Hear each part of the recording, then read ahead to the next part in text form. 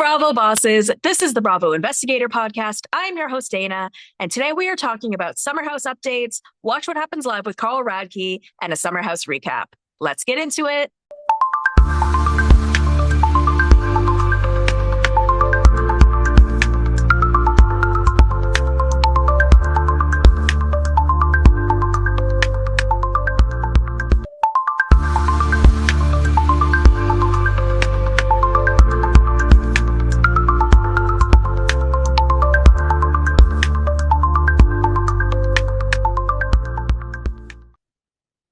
Wednesday, everyone. I hope everyone's had a great week so far. And I want to welcome all of my new listeners and followers. Hello, my name is Dana Regan, and I host this podcast, the Bravo Investigator podcast. And I figured since there might be some new followers or subscribers, I would tell you guys a little bit about what you can expect on this show. So every Monday, I do a reality roundup, and those episodes are on video. They are available on my YouTube channel, just like today's episode as well. And my reality roundups are basically whatever is going on in the news sphere in the reality TV space. So it could be Bravo, but it could be Teen Mom. It could be Secret Lives of Mormon Wives, could be Love is Blind, lots of fun stuff like that. And then on Tuesdays, I am recapping The Real Housewives of Rhode Island season 1 with my friend Yana Firestone. So you can listen to those episodes here on the Bravo Investigator podcast, or you can listen to them on her podcast, Pop Therapy, because we're basically just collaborating and sharing the same episode. And then on Wednesdays, I am covering Summer House. Now, Wednesdays are my busiest day of the week because it is my in-office day at work, but it is a day where my makeup is done. So it is another video day, and also the ones that I do with Yana are video as well. So you will get new episodes of the Bravo Investigator podcast, all on video, on Mondays, Tuesdays, and Wednesdays. And then once in a while, I don't want to say once a month because I really don't know how often I can get to them, but once in a while, I do a limited series called Be True Hollywood Story. And that's basically where I deep dive a Bravo Leb and I tell you their entire story. I tell you from birth to scandal to stardom and everything in between. I tell you how your favorite Bravo Leb or your most hated Bravo Leb got to where they are today. So I just recently did one last week on Amanda Batula. So go back and take a listen to that one. I've done a bunch of other ones. I've done Kyle Cooke. I did that right before the holidays. I've done Kristen Doherty, Stassi Schroeder, Shep Rose. So definitely go and take a look at Be True Hollywood Story as well. And then every Friday, I have a whole new separate podcast, and it's called All You Need Is You.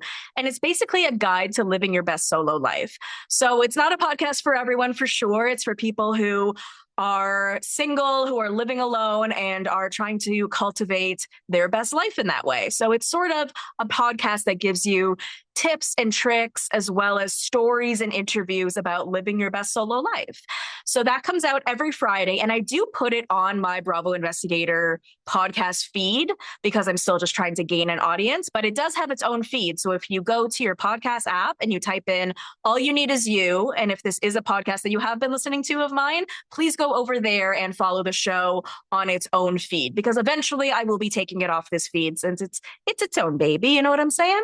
But today we are doing all Summer House all day, every day.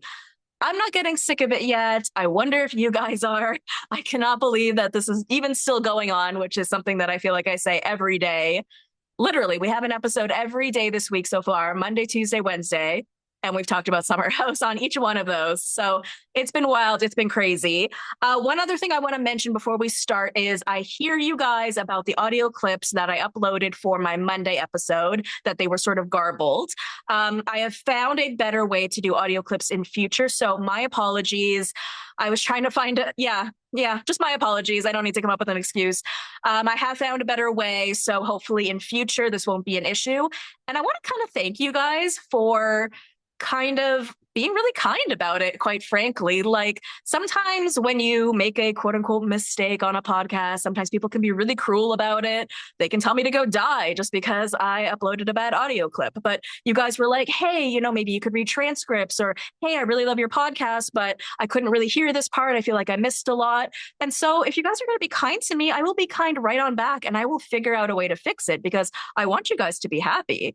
So I really do appreciate just like how kindly people came to me about it. So much appreciated. I will figure it out, and don't worry about it. I will make sure that the audio clips and everything that you hear on this podcast sounds great from here on out. That being said, it is a podcast and audio problems do happen here and there, but they won't be happening with audio clips from now on. I will take what you guys have said. Today, we're going to read a little bit of transcripts from some podcasts instead of doing audio clips. And next time I figured out a cool, fun way to do it. So we're good there. Thank you so much for letting me know. But let's get into it because we have a lot of Summer House news since yesterday. Yes, you heard me right. So we'll get into the news that has literally happened within the last, I don't know, 24 to 48 hours, if even. And then we'll talk about last night's Summer House episode, which was called Full House, episode 15. So this is the second to last episode before the finale. No, the second. Yeah, there's one more. Sorry.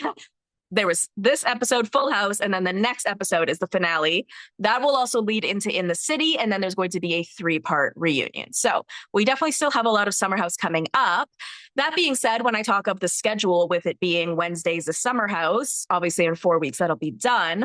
I think maybe after that I'll do Love Island, which does start on June 2nd. I mean, we'll see. I don't know what other Bravo shows might be coming out around that time. Usually there's like a summer Bravo drought, so we'll kind of see. And Love Island takes up a lot of our time. It's on like 5 days a week. So I'm also excited for Ciara to be on After Sun. And I think it might be a fun thing to recap if it's a good season this season. So I may look into that. But yes, let's get into our Summer House updates of the day, du jour, if you will. So as we know, there was this rumor that came out that Wes Wilson and Jenn Fessler effed. And that came out from Ciara. And after Jenn ended up denying it, which we talked about in a previous episode, I'm not sure if we talked about this part, but after the denial, she then posted another story, and it was like hours later, and it said, I'm sorry, I admit it, I used the wrong font. And I'm just like, wait, what? Like, she's obviously making a joke, but it's not the right time to say, I'm sorry, I admit it, and then be like, I used the wrong font. So first you post this story being like, well, this is very flattering, which is a weird thing to say, and then sort of threatening to sue Ciara. Then she makes another joke of it, and then she's like, I admit it, I used the wrong font. Like, I just don't get this woman, right? Like, I know she's extremely thirsty, but that's like a whole other level because you can't play both sides. You can't be like the victim and like the jokester at the same time. Pick a lane, right? Jenn Fessler, like pick a lane. So Ciara's just cartwheeling all over the place, does not give a shit. Then Deux Moi posted a blind item, this is wild, that said that Wes was overheard talking about an old chick that he hooked up with named Jenny. He was talking to these 2 guys and a girl. I'm not sure how long ago this was, but like, okay, we already heard, as I told you guys in a previous episode, that Wes said on Watch What Happens Live that he hooked up with someone in their late 50s. We know that Jenn Fessler is 57. Now there's this Deux Moi blind where he apparently said to someone, I slept with an old chick named Jenny. Like, I don't know, right? Like, listen, I think this whole thing is very silly. Do I believe it? Maybe, right? And even if it's true, I think it's even funnier. I'm sorry, I just do. I just think this whole thing is absolutely hilarious. And I just love how these rumors just keep coming and coming and coming. And they're quite frankly never ending, which is just giving me life. It's giving me life. Okay, and then Jenn Fessler was on 2 Teas in a Pod. She went on the twat seat to sort of tell her story. So I'm going to read you guys the transcript of what she had to say. So basically she said, I have never slept with Wes Wilson. She was asked, was he your hall pass? And she said, he was not my hall pass. And then she was asked, why did Jackie say that? So basically what they're asking about is when Jenn Fessler and Jackie Goldschneider were on Watch What Happens Live, Andy asked them who their hall pass was. And Jackie answered for Jenn and said West, when Jenn Fessler actually said Evan Goldschneider, right? So that's obviously what they're asking about because that did seem extremely odd. And that was another clip that I played on Monday and I posted on my Instagram. So Jenn responded with, I think Jackie said that he was her hall pass. I said that Evan Goldschneider was my hall pass. All right. So then she's asked, so how's your husband taking all of this? And Jenn says, we've all been taking it. It was funny for most of the day until it wasn't. The thing is, that video of West and I, the first time we met at that party, my husband took that video. That pizza video, that was Jeff Fessler taking it with my best friend from California, Sherry. So we were all sitting around together. He took the video and I posted it because it was benign. There's nothing in it. There's no kissing. It was just me being like, listen, you guys know my nickname is Messy Fessy because I'm messy and sloppy. But she has never had an intimate moment with Wes Wilson. All right. And then she goes on when they ask her about like whether she's going to sue Ciara. She says, listen, I don't want to get into this because I don't want the whole thing to become a legal mess because I am not trying to hurt Ciara in any way. But she wrote something. She put something on social media in print that wasn't true. And that hurt my family. So my husband is, and then she's asked, I mean, were you alluding to the fact that you were going to sue Ciara? Yeah. Are you going to take legal action? She was asked. And Jenn Fessler says, I've not listened. Again, I have a husband who's an attorney and he has a business and he has a reputation to protect. I don't want to sue Ciara. I feel like Ciara is still reeling from what was done to her. I'm not interested in being a pylon for that. But I can't not say, you can't just lie and say something and put it on social media and have it affect family and my husband and my children and think that's not going to affect me and that I'm not going to have a response to that. No one's saying you don't have to have a response to that, but your response to it doesn't need to be like a legal threat. Like, are you kidding? Because again, you're the one who's making fun of it as well. You can't make a joke about it and then be like, oh, it's actually kind of serious. Actually, you know what? I'm going to sue you. But the Bravo docket, they have been very clear on this, that basically in order to prove or to basically to sue Ciara, I mean, anyone can sue anyone, right? So like, could Jenn Fessler sue Ciara? Sure. But to be successful, she would need to prove that Ciara did it while knowing that it wasn't true. And to prove that Ciara thought that it wasn't true and did it anyway would be very hard to prove in court. So, you know, that's why I thought this was all just kind of like a silly thing. Like, I know she has a husband and all of that, but because she was making a joke of it and she was kind of being silly and funny about it, and like the pizza video that she's talking about, her and Wes were like really cuddled up. This was something that was on her Instagram. This is also something that I posted, I believe, and I played on my podcast on Monday. They seemed really close and really tight together. I mean, listen, this rumor seemed completely untrue for the first second that we heard of it. And then the level of evidence that we were able to find to make it seem true just seemed like gargantuan, right? Like if there was nothing putting these two people together, then we would just like laugh this all off. But like there is quite a few things here to put it together that this might have happened. So much so that I have further things to say about it. But Ciara then posts, "Don't fuck with me" on Threads. And then she posts me watching people back down. And it's with like a Michael Jackson gif of him like eating popcorn. So she is enjoying like the fuck out of this. Now, there's this content creator named Ira Madison III, and he said that he went to a party in Chelsea like last weekend, and a friend brought a friend, and that friend that was brought was Amanda. And Amanda at this party said that she is meeting Wes's parents in a couple of weeks. So for those who thought that Wes and Amanda were no more, that apparently is not true. It seems like they're still going strong. But the whole meeting his parents thing, I mean, we know that doesn't really mean much to him. We know Ciara met his parents. We know he kind of takes that in sort of a really light way. That doesn't mean that he and Amanda aren't serious, but you know, it's kind of wild that this is still going on, because I'm just so curious how she was able to hear so many things at the reunion to show that he was seeing other people, because we know that Kyle is going to bring up the fact that he had a serious relationship since February 2025. And I just don't understand how she is justified to herself that like she wants this to be a serious relationship, right? Anyway, Kyle went on the Trading Secrets podcast this week as well with Jason Tartick. I did listen to the whole thing. I mean, it is a money podcast, so it's not super like juicy in terms of gossip all the time. I mean, sometimes it is, sometimes it isn't. Kyle has been on this podcast, I think, like 3 or 4 times, and they're pretty good friends with Jason Tartick. But one of the highlights of the podcast was him saying that basically, in order to pay that $4.2 million loan that he has, that business loan, he would need to make $100,000 a month. And even with the salary that he has from the show, that is not possible. Plus, we know he's not taking a salary anymore with Loverboy. So this was his way of explaining why he needs to DJ and how much money he truly needs, when people are sitting there being like, what do you mean you don't have any money? You have the show, you have this, you have that. he explains that this loan is so gargantuan that for him to be able to actually pay it off, that's how much he would have to make, which he is not. So that's why he's doing this in term. And by this, I mean like DJing and taking on all these other streams of revenue. Now, he does say he has always thought of it as something very important to take on different streams of revenue. I don't disagree with that. This is something that I was thinking about for myself when I got fired. I was like, I should try to work in UGC. I should get a real job. I should be a content creator.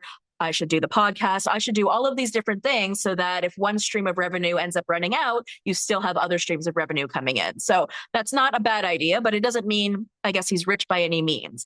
But what is so fascinating is that the fan support from like Carl's a mess and just like everything going on with Loverboy and with the West and Amanda stuff, apparently the fans have really, really tried to support Loverboy to the point that Loverboy is like kind of thriving again. It's not like doing amazing, but like basically the fan base saved Loverboy, which is just such a wild thing to think because, you know, in all the years I've known of Loverboy, I've never seen one. I don't really know where they exist.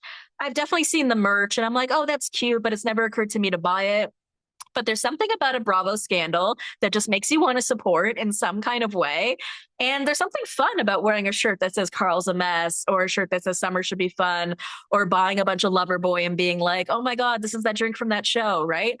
And so there's just something about, there's something about the Bravo fandom relationship that we have with the Bravo Lebs, which I have always said I've considered a very symbiotic relationship where they exist for us and us for them.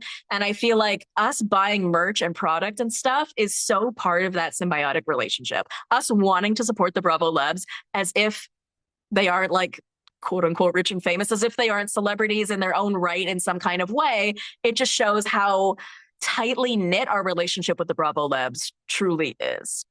Then the reunion looks dropped for season 10, and everybody looked absolutely amazing. The people that I kind of wanted to highlight are Ciara, obviously. She's wearing a two-piece, and we did see her reunion look drop, I think, a few days ago, but this was sort of like the whole cast. So we have Ciara in a two-piece, and the top is sort of pearled. It's sort of like a pearled bra top, and then her hair is tinted red, so she looked really amazing. Now, Lindsay was wearing a red cutout revenge Ariana type dress, which I loved, and Lindsay looked amazing. But Lindsay, this isn't your moment. This is Ciara's moment. And I'm not saying Ciara has to wear a revenge dress either, but it was a little odd that Lindsay was wearing it. I'm just saying. And Carl was wearing his quintessential white pants. He always wears white pants to these reunions. It's his thing. So he was just being Carl, right? So we had that. Lindsay also was on the Virtual Realitea podcast, and they were talking about the fact that her crew of Summer House people have known for quite some time about this Jenn Fessler and West rumor. She says, why does no one believe it? Of course it's true. We know that West will bang anything with a hole, so of course he did it.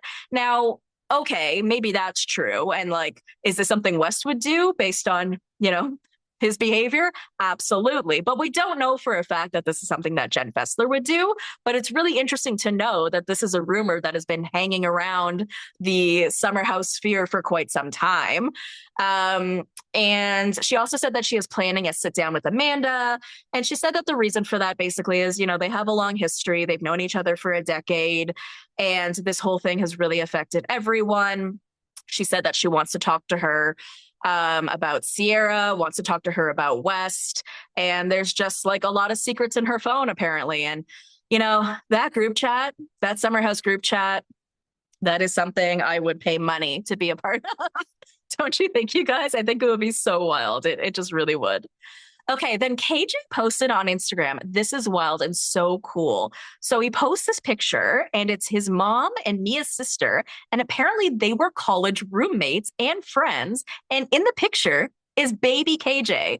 How wild, because at the end of the episode, and obviously we're going to get into the episode, KJ is talking to Mia about like what she's doing for the holidays. And she's like, oh, I don't know, because, you know, my mom's not around anymore. So there's no point in me going home to Chicago. It's kind of sad.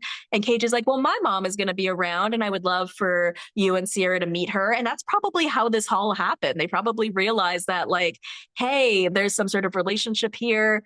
how beautiful is that? Because both of those people, both KJ and Mia, and I'll talk about this when we get to the episode, talked about how much this summer really meant to them in terms of making these new friendships and how it made them feel just so happy in a time when they kind of were feeling in flux. And so I just love the familial relationship here. I just think it's so special. And it just shows how much more this cast is connected than maybe a lot of others, right? We definitely know the Real Housewives of Beverly Hills, for example, would not have like this beautiful connection in that way. And that's why this situation with West and Amanda again is so much more detrimental to this friend group because they are so incredibly close and they really rely on that closeness in order to like survive this world. You know what I mean? So then, do you guys remember Miha? So Miha is the girl that apparently West has been dating for a long time. The rumor was that she's was known as like Montana girl, and he had been dating her for a while, told her that anytime he's like seen, I guess, with another girl on the show or something like that, it's just for show reasons, and was able to convince her of that. I don't know. And then the last time he was on Watch What Happens Live, he was wearing one of her neck pieces. So was Lindsay. So when Lindsay was on Watch What Happens Live, she was wearing like that braided neck hair necklace sort of thing, but that was created by Miha. So Miha ended up responding in the comments about West and the Summer House reunion. And basically, so she posted something and someone wrote, wish you were at the reunion to help hold West accountable. And she said the cops would have been called. Now, I am so curious about this girl. I am wondering if anyone is interested in interviewing her. Maybe I should reach out to her. Like, who knows? I don't know if that's cringy or not. But I'm so interested in hearing what her relationship with West was like, what he told her, what she knows about Amanda, because he must have been in a pretty significant relationship with this person while he was spending a significant amount of time with Amanda. So she's obviously pissed, and I'm just really curious what her side of the story is. Now, I think Lindsay has probably talked to her, which is why Lindsay was wearing one of her pieces. But yeah, I want her to enter the chat a little bit more, maybe not at the reunion, but I think somebody should definitely interview this girl. I'm very curious to hear what the last 2 years or February 2025 till now have had to show between her and West. Like, I think she could give us a lot of really juicy information. So maybe I'll reach out. Maybe I will. Another fun fact, Bravo, Carl and Lindsay were spending a lot of time together over the last few days at Upfronts. They did a lot of press together, spent a lot of time together, and it was really, really cute. I don't think they're ever really going to get back together. That doesn't seem realistic, but it is really cute to see them sort of seem like they're starting to develop a friendship again, enough so that they can be in the same room together and be close to each other and do press together and be friendly with each other. And then Lindsay ends up posting a picture of her and Carl that's like a really professional photo, and it looks like really, really good. She's in another red dress. And then she writes the caption, Uncle Carl, question mark. And honestly, I think Lindsay is just like leaning in. Like, remember, she is a PR girly. She knows what's going to get people talking. She's probably heard the chatter of people saying like, hey, Lindsay doesn't have a storyline this season. There was no reason for her to get so involved in Kyle and Amanda's relationship, which I don't necessarily agree with. I liked her getting involved. It sort of felt like very natural for someone who has been around their relationship for as long as it has existed, basically. But yeah, her just being like Uncle Carl is just fully playing with us. Absolutely 100%. And it's classic Lindsay, right? It's just classic Lindsay. All right, those are all of our Summer House updates. So let's get into the episode. So as I said, it's episode 15. It was called Full House. And we saw the last episode where it ended with Carl and Kyle starting to fight. They go outside and they're just like going at each other. And Carl is tempting Kyle to hit him. He's like, hit me, man, just hit me. And the insults that these two have for each other made me laugh. It really did. Like, they were barely anything. It was just like, you 6'5" motherfucker, you Vagisil. Like, what are these insults, right? And like, I know there was a point in time where Amanda was trying to cover Kyle's mouth because she was worried that he was going to say something he couldn't take back. The worst it seemed like he was saying was like, I spent more money on my business than you spent on yours, so how dare you be mad at me for not contributing to your business, or something like that. But basically, they are just being pulled away from each other by the rest of the cast. Amanda's trying to calm him down. Lindsay is trying to calm Carl down, which was just such a like riveting moment, right? We've barely seen them interact. And then you have Lindsay with like her hands on Carl's chest being like, calm down. I need you to take a breath. I need you to relax. And it really seemed like he was listening to her and taking in what she was saying and really, really like trusting her in moments like that. And what's so interesting is like this whole concept of how he wanted her to be more soft, right? And I think in moments like this, she really knows how to, I don't know if it's like even softness, but she knows how to take charge, be calm, and really just rectify a situation in that way. So in that way, I think she has the ability to be somewhat soft. So outside, Wes ends up putting his arm around Amanda and sort of like cupping the side of like her under boob. It's like right here if you're watching me on YouTube. It's completely inappropriate. I think he's kissing her head too in this moment. And in this same moment, you guys have to see this picture on my Instagram. It's not the clearest picture. It was the best I could get. But basically, it's like Amanda trying to stop Kyle, but it looks like her hands are around his neck as if she's about to choke him. And then it looks like West has his arm under Amanda's underboob and kissing her on the head. That's what it looks like. And this is supposed to be trying to calm Kyle down. I cannot imagine him going back and watching these scenes now and seeing how intensely close they are. So Kyle is screaming like Carl is supposed to be my friend, and all I hear is that he's talking behind my back. And West is like, he's not though. And he is, right? Like we did know that Carl did that a bit. He was complaining to some of the other guys about Kyle not investing in Loverboy. And we did see this flashback to Jesse saying, oh, he wrote you like this really long email and then never sent it to you. But I don't think that that is what the crux of the issue is with Carl. I mean, he sort of has explained that to us, that he just sort of feels taken advantage of, I guess, by Kyle, because he's always just sort of been there for him, and all Kyle does is complain and doesn't really seem to do anything for him. And so I think it was just sort of like an accumulation of that, because my dad, for example, is the same way. And it's not healthy. I'm not saying it's healthy, but my dad will never freak out and never yell. And then once a year, about absolutely nothing, he will freak the fuck out, start screaming, throwing chairs. And then I'm like, oh, okay, he's just been holding this in for a really long time. And we know that Carl has been. He's basically told us that. He's like, I just didn't have like the balls to be able to tell Kyle how I really felt about him, because I don't like confrontation. I don't want to have that with him. And I also feel like I owe him a lot. So that's where I feel like it came from with Carl. Now with Kyle, I mean, you know, the funniest part is Jesse just being like, okay, this guy has like a lot of unresolved issues and I'm just not here for it. So Jesse just like goes back inside the house because he doesn't even like want to be a part of something that is just like complicated, I guess, which is sort of interesting. So Wes continues to try to calm Kyle down. And basically how he tries to do this is turn the blame around on Lindsay and be like, Kyle, you are mad at Lindsay. She is the one who brought up this issue to you. It wasn't Amanda. Amanda wasn't saying anything. Who you're actually mad at is Lindsay. And Kyle just gets super emotional. He gets even more emotional later on when he's talking with Lindsay and Ben. And he talks about how he feels like Amanda has abandoned him. And he's like, you know, we haven't had sex in 7 years. There's no friendship. There's no partnership. And eventually that will wear someone down. And Lindsay's like, okay, well, maybe Amanda feels deserted because you go out late and then you stay out late and then she gets these DMs. So there's this huge disconnect between you two. Now, when Kyle said this, it made me understand their relationship in a way that I just don't think I ever really did before. Now, let's break this down for a second, okay? I feel like there's a lot to talk about here. So, first of all, he says that they haven't had sex in 7 years. Now, some people online are like, okay, this is obviously just hyperbole. It hasn't been 7 years. But let's take this at face value for a moment, okay? Let's play devil's advocate and kind of break this down. If they haven't had sex in 7 years, then they haven't had sex since before they got married, which is crazy, which means they haven't had sex since Kyle cheated on Amanda.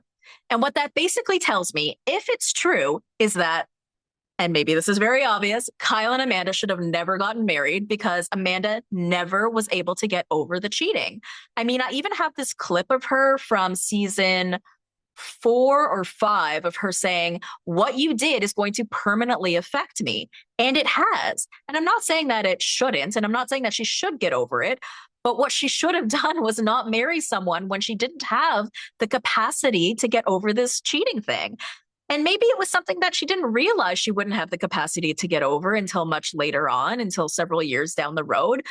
But if this is really true, that she was never able to get over it to the point that they haven't been able to have sex, I mean, that just shows that their relationship is so incredibly damaged. And like, listen, I know that people in long term relationships have droughts and have periods of time without sex, but 7 years in a relationship that's only 10 years long for a young couple who still want to have children, like, it just shows that the relationship is extremely damaged. But okay, let's say it's not true. We do know that regardless, it has been several years, like plural. And we know this because Jesse said this in a previous episode. He said to Ciara, Amanda and Kyle haven't had sex in years. And she's like, how do you know that? And he's like, Carl told me that.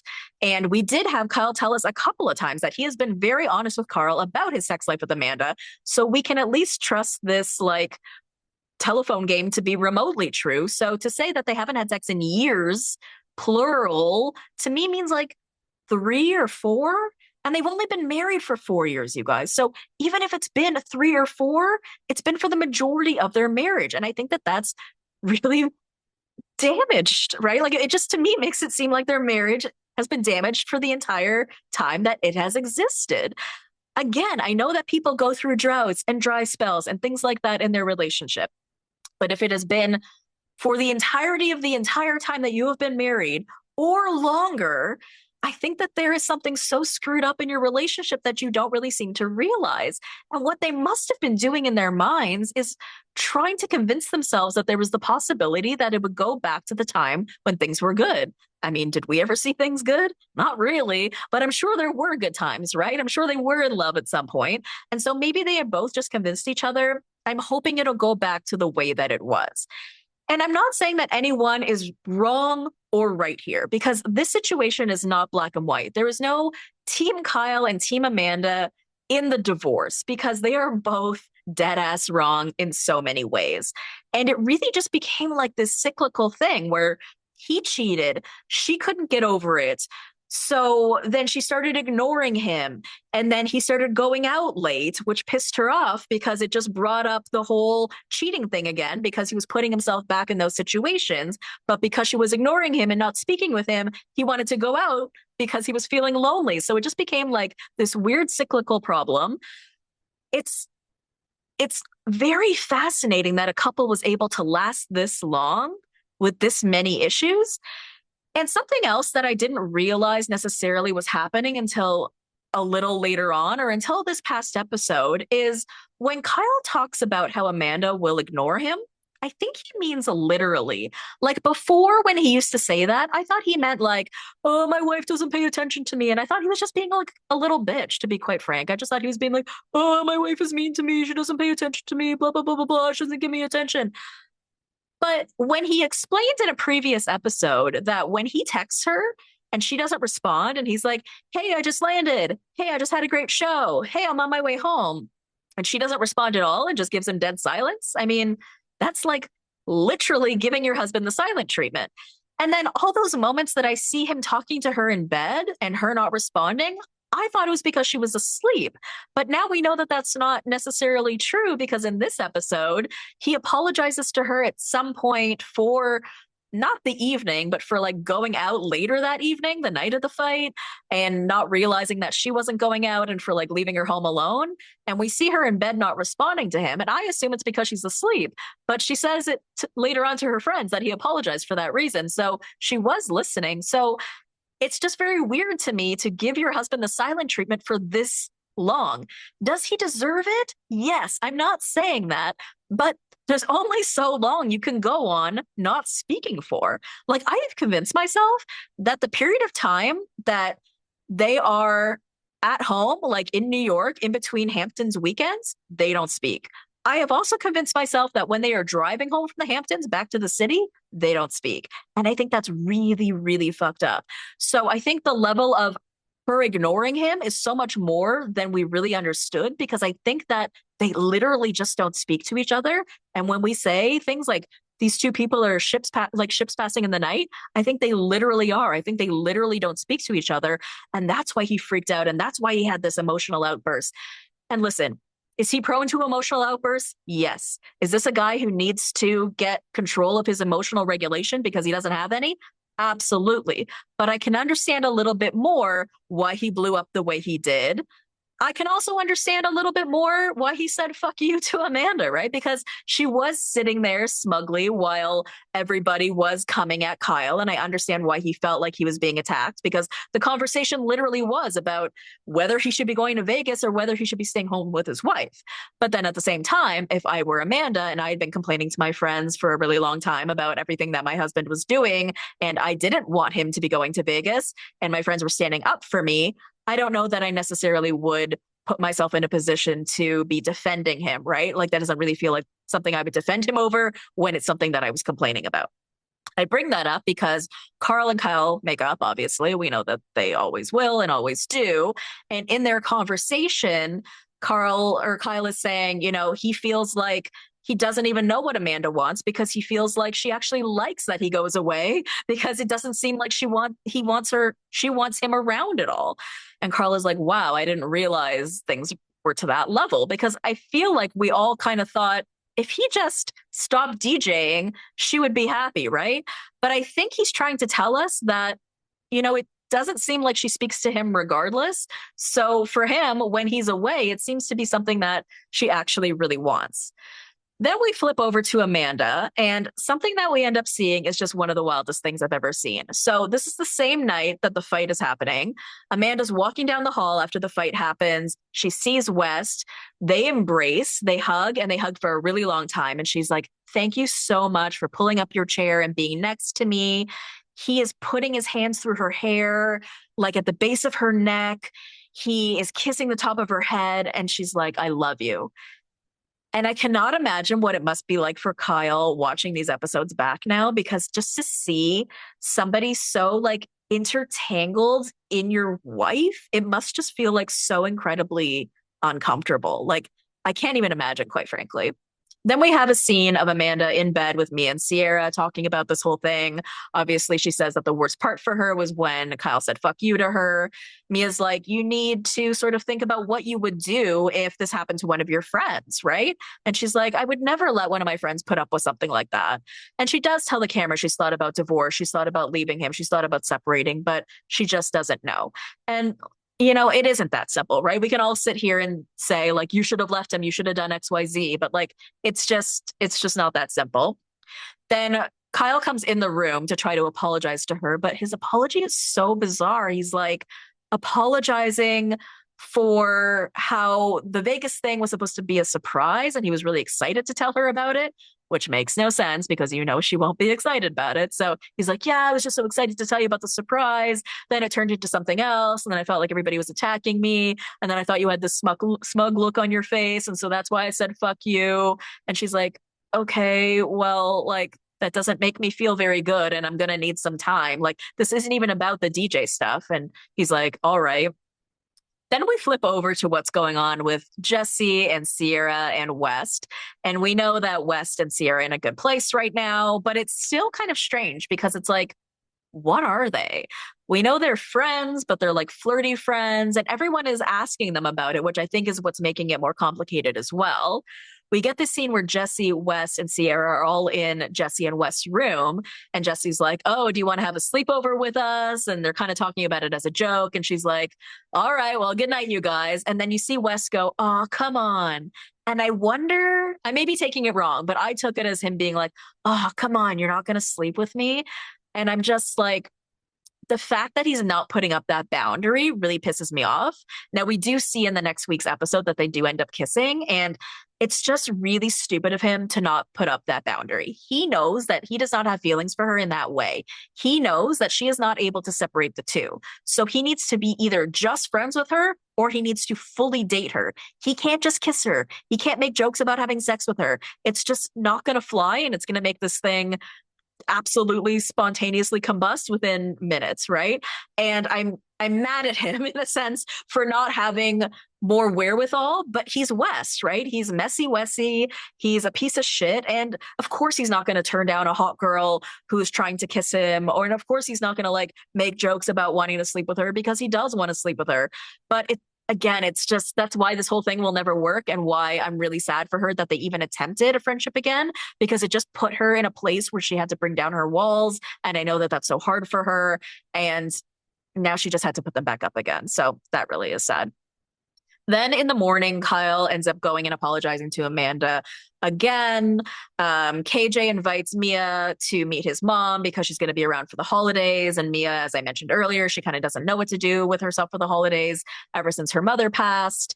And I just think it's so beautiful because I think that they probably did end up getting to meet. And that's when they found out that there was the relationship between the sister and the mom. I feel like that's absolutely amazing. And I love the way that Mia talked in this episode about how the house has sort of given her the ability to take her mind off of the things that have been going on in her life. And it's given her a friendship that has felt like family. And for that, she's so grateful. And who knew that a reality TV show could change somebody's life in such a significant way? But I feel like this show really has, specifically, especially for KJ and Mia. So then the episode ends with Lindsay talking to West and Jesse about Ciara saying at dinner that she loved him the most. West is like, I thought she hated me for so long, so I am happy. But then he says something to the camera about how he's avoiding the relationship part of the conversation because it's a lot to process and it's confusing.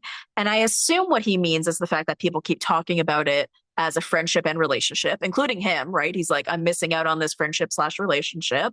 But it's the relationship part that is confusing. And it's the relationship part that I guess I wish he was focusing on and not avoiding, because that's the part that needs to be like really clear and clean and not have any blurriness, right? That's why we ended up getting to where we are.